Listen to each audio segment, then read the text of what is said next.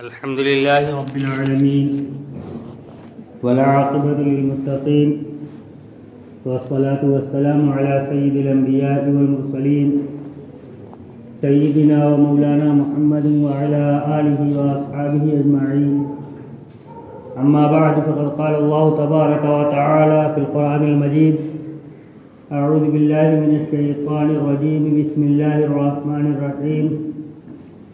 إن قارون كان من قوم موسى فبغى عليهم وآتيناه من الكنوز ما إن مفاتحه لتنوء بالعصبة أولي القوة إلى آخر الآية. صدق اللہ العظیم. میرے محترم بزرگوں اور عزیز ساتھیوں، گزشتہ ہفتے جو گفتگو ہوئی تھی اس کے اندر میں نے عرض کیا تھا کہ ایک مسلمان اور ایک غیر مسلم تاجر کے درمیان فرق کیا ہے. ایک مسلمان تجارت آخرت کے لیے کرتا ہے اور ایک غیر مسلم تجارت اپنی دنیا بنانے کے لیے کرتا ہے. لہذا جب دین اور دنیا کا ٹکراؤ ہوگا تو جو حقیقی معنوں میں مسلمان بن کر تجارت کر رہا ہے تو وہ دین کو فوقیت دے گا اور دنیا کو چھوڑ دے گا. اس ضمن میں اللہ تبارک و تعالیٰ نے قرآن کے اندر مال والوں کا جو تذکرہ کیا ہے اس میں قارون کا بھی تذکرہ کیا ہے. قارون کا تذکرہ کرتے ہوئے اللہ تبارک و تعالیٰ ارشاد فرماتے ہیں: ان قارون کان من قوم موسیٰ فبغى علیہم وآتیناہ من الکنوز ما ان مفاتحہ لتنوء بالعصبۃ اولی القوہ. کہ قارون موسیٰ علیہ السلام کی قوم میں سے تھا. قوم میں سے یعنی بنی اسرائیل میں سے تھا.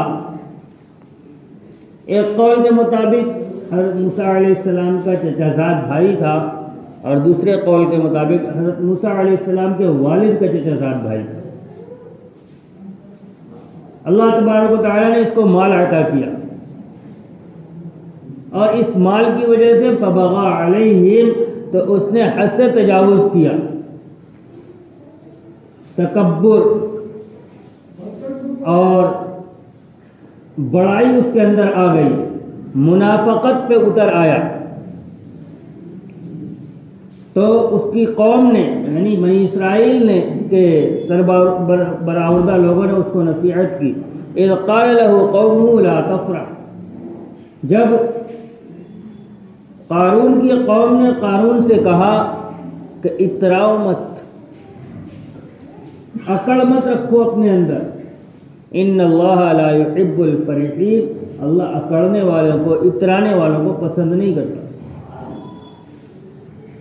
وَابْتَغِ فِيمَا آتَاكَ اللَّهُ الدَّارَ الْآخِرَةَ وَلَا تَنْسَ نَصِيبَكَ مِنَ الدُّنْيَا وَأَحْسِنْ كَمَا أَحْسَنَ اللَّهُ إِلَيْكَ وَلَا تَبْغِ الْفَسَادَ فِي الْأَرْضِ. یہ چار نصیحتیں.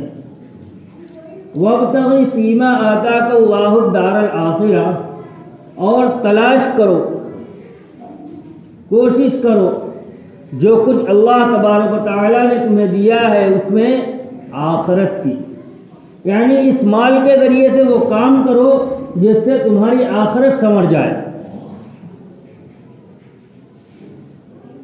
اللہ تبارک و تعالیٰ نے قرآن میں دوسری جگہ ارشاد فرمایا ہے: وَسَارِعُوا إِلَىٰ مَغْفِرَةٍ مِّن رَّبِّكُمْ وَجَنَّةٍ عَرْضُهَا السَّمَاوَاتُ وَالْأَرْضُ أُعِدَّتْ لِلْمُتَّقِينَ الَّذِينَ يُنفِقُونَ فِي السَّرَّاءِ وَالضَّرَّاءِ وَالْكَاظِمِينَ الْغَيْظَ وَالْعَافِينَ عَنِ النَّاسِ وَاللَّهُ يُحِبُّ الْمُحْسِنِينَ. کہ اللہ تبارک و تعالیٰ حکم فرما رہے ہیں کہ ایسی جنت کی طرف دوڑو، اللہ کی مغفرت اور ایسی جنت کی طرف دوڑو جس کی چوڑائی آسمان کے برابر ہے، آسمان اور زمین کے برابر ہے. عرضها السماوات والارض، جو بنائی گئی ہے متقیوں کے لیے. پھر اللہ تبارک و تعالیٰ نے متقیوں کی صفات بیان فرمائی تو اس میں فرمایا: الذین ينفقون فی السراء والضراء، یہ وہ لوگ ہیں جو تنگی میں بھی اور فراخی میں بھی دونوں حالتوں میں اللہ کے راستے میں خرچ کرتے ہیں. تو وابتغی فیما آتاک اللہ الدار الآخرہ کے سب سے پہلی نصیحت جو تھی وہ یہ تھی کہ مال اللہ کی طرف سے دیا گیا ہے، لہذا فیما آتاک اللہ، جو تمہیں اللہ نے دیا ہے اس کے ذریعے سے اپنی آخرت کما لو۔ اور اگلی بات یہ تھی وَلَا تَنْسَ نَصِيبَكَ مِنَ الدُّنْيَا، اور اس کا مطلب آخرت کمانے کا مطلب یہ نہیں ہے کہ تم اپنی دنیا پر کچھ خرچ نہ کرو، دنیا کا جو حصہ تمہیں جائز طریقے سے تمہیں استعمال کرنا ہے تم استعمال کر سکتے ہو۔ وَلَا تَنْسَ نَصِيبَكَ مِنَ الدُّنْيَا وَأَحْسِنْ كَمَا أَحْسَنَ اللَّهُ إِلَيْكَ، اور تم بھی لوگوں کے ساتھ احسان کا معاملہ کرو جیسے اللہ تبارک و تعالیٰ نے تمہارے ساتھ احسان کا معاملہ کیا۔ تم بھی لوگوں کے ساتھ حسن سلوک کرو جیسے اللہ نے تمہارے ساتھ حسن سلوک کیا ہے۔ وَلَا تَبْغِ الْفَسَادَ فِي الْأَرْضِ، اور زمین پر فساد مچانے کی خواہش نہ رکھو۔ یہ 4 نصیحتیں ہیں۔ آگے فرمایا ان اللہ لا يحب المفسدین، اللہ فساد مچانے والوں کو، بگاڑ پیدا کرنے والوں کو پسند نہیں کرتا۔ جواب کیا تھا قارون کا؟ قال انما اوتیتہ علی علم عندی۔ کون سا رب، کون سا اللہ، کس نے دیا؟ انما اوتیتہ علی علم عندی، یہ تو میرے اپنے فن کی کمائی ہے، اپنے ذہن کی کمائی ہے، اپنے علم کی کمائی ہے۔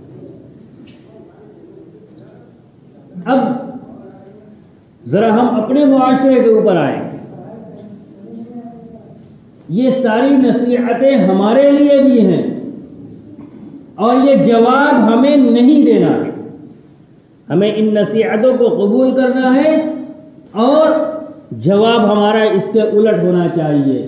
جواب کیا ہونا چاہیے؟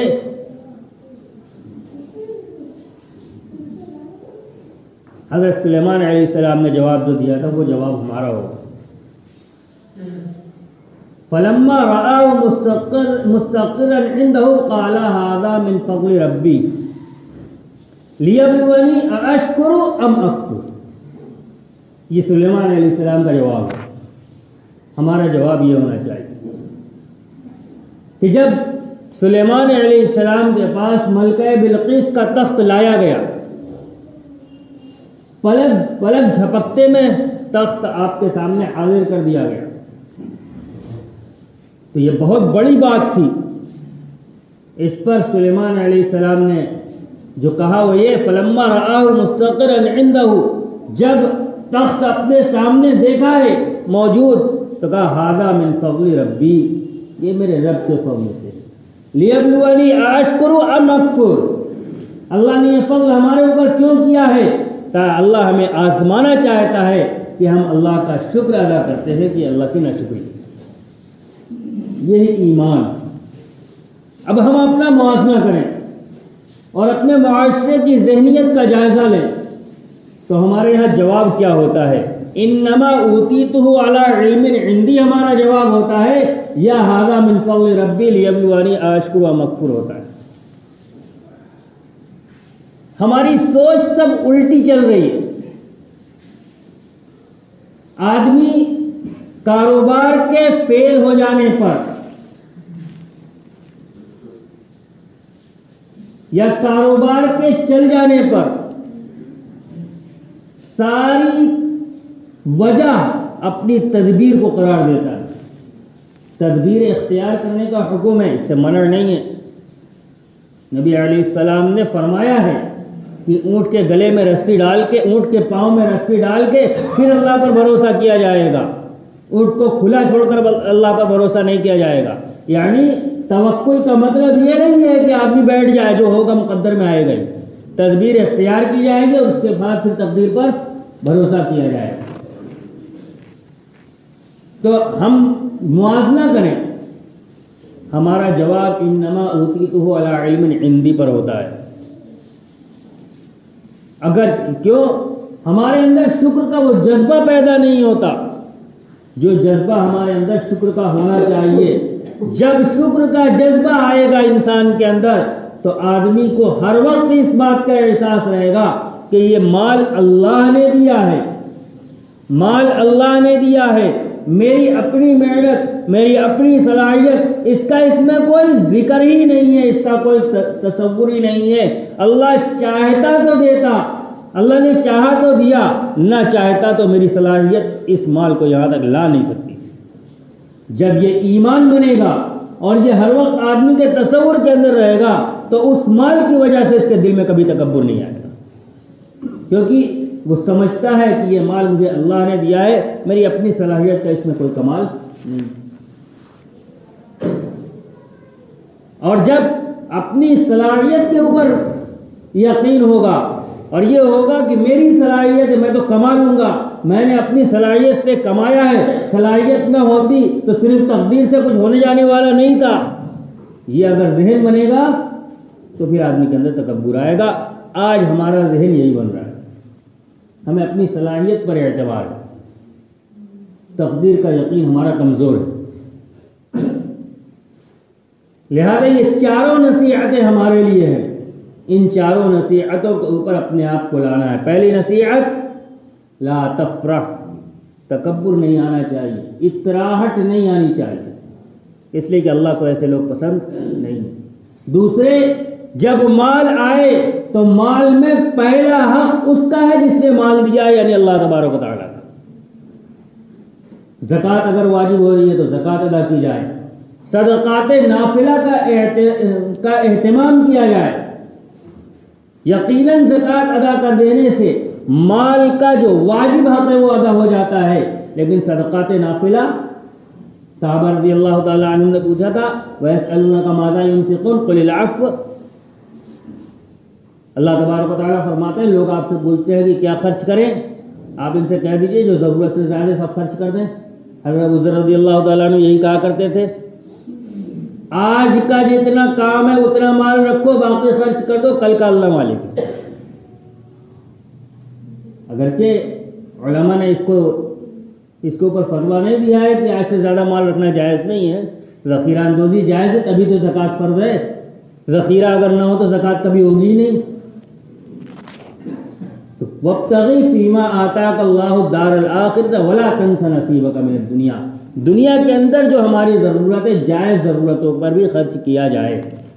وَأَحْسِنْ، جیسے اللہ نے تمہارے ساتھ احسان کا معاملہ کیا ہے، تم اللہ کے بندوں کے ساتھ بھی احسان کا معاملہ کرو، ان کی ضرورت کے وقت تم کام آؤ اور اللہ کے ساتھ بھی احسان کا معاملہ کرو، یعنی نیکی کا معاملہ کرو۔ اللہ کے بندوں کے اوپر خرچ کر کے اللہ نے جو چیزیں تمہارے اوپر فرائض عائد کیے ان کو ادا کر کے تم احسان کا معاملہ کرو، اللہ کا شکر ادا کر کے تم احسان کا معاملہ کرو، یعنی نیکی کا معاملہ کرو۔ اللہ کے ساتھ احسان کا مطلب نیکی کرنا۔ ان اللہ یحب المحسنین، اللہ احسان کرنے والوں کو یعنی نیکی کرنے والوں کو پسند کرتا ہے۔ آگے فرمایا ان اللہ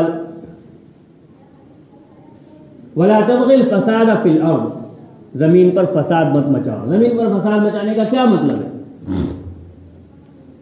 خوریزی مراد نہیں ہے۔ ولا تبغی الفساد فی الارض کا مطلب ہے اللہ کے عائد کردہ قانون سے تجاوز مت کرو۔ آج ہم کر رہے ہیں تجارت کے اندر، ہم اللہ کی عائد کردہ قانون سے تجاوز کر رہے ہیں، لہذا ہم بھی مفسد ہیں۔ فیگر بن رہے ہیں، بنوا رہے ہیں تو ہم مفسد ہیں۔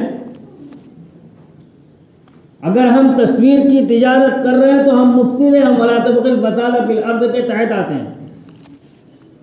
اگر ہم سودی کاروبار کر رہے ہیں تو ہم ولا تبغی الفساد فی الارض کے تحت آتے ہیں۔ ولا تبغی الفساد فی الارض کا مطلب اللہ کے عائد کردہ قانون کو پورے طریقے سے اتباع اس کی کرو۔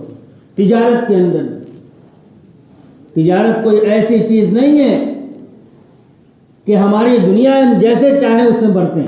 اللہ تبارک و تعالیٰ نے شریعت محمدیہ کے اندر تجارت کے مکمل قوانین اور ضوابط بیان کیے ہیں۔ یہی وجہ ہے کہ جب کوئی نیا معاملہ پیش آتا ہے تو علماء کے پاس سوال جاتے ہیں تو وہ بتلاتے ہیں کہ جائز ہے یہ معاملہ کہ ناجائز۔ کیسے بتلا دیتے ہیں؟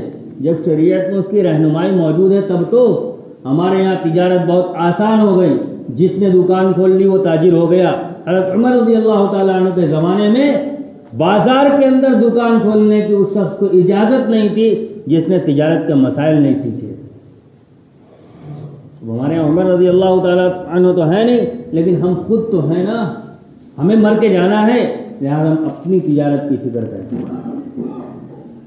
اور اپنی تجارت کو صحیح رخ پر لانے کی کوشش کریں اور اپنا موازنہ کریں کہ ہمارا رخ کیا ہے۔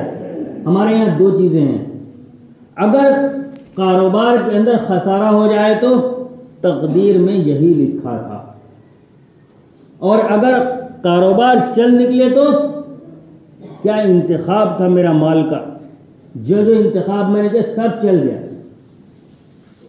آئیے دوسری طرف، جو ایمان والے گزرے ہیں ان کے کیا جواب تھے؟ جب خسارہ ہو تو اس کی نسبت اپنی جانب، اور جب نفع ہو جائے تو اس کی نسبت اللہ تبارک و تعالیٰ کی جانب، فائدہ ہو تو۔ سیدھی سی بات، ابراہیم علیہ السلام نے اپنے رب کا تعارف کرایا ہے، یطعمنی ویسقین، میرا رب وہ ہے جو مجھے کھلاتا ہے، مجھے پلاتا ہے۔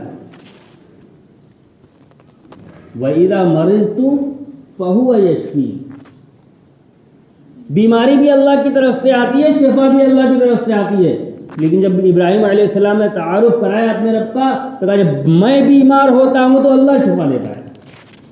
کہہ سکتے تھے جب اللہ بیمار کرتا ہے تو وہ شفا دیتا ہے۔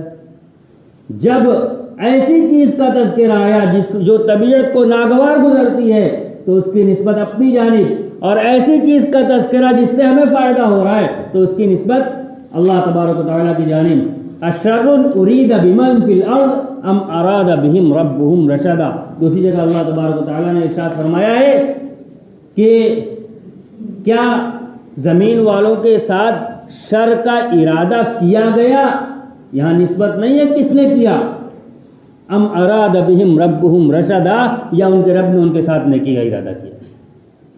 نیکی اور نفع کی نسبت اللہ تبارک و تعالیٰ کی طرف ہو اور نقصان کی نسبت اپنی طرف ہو۔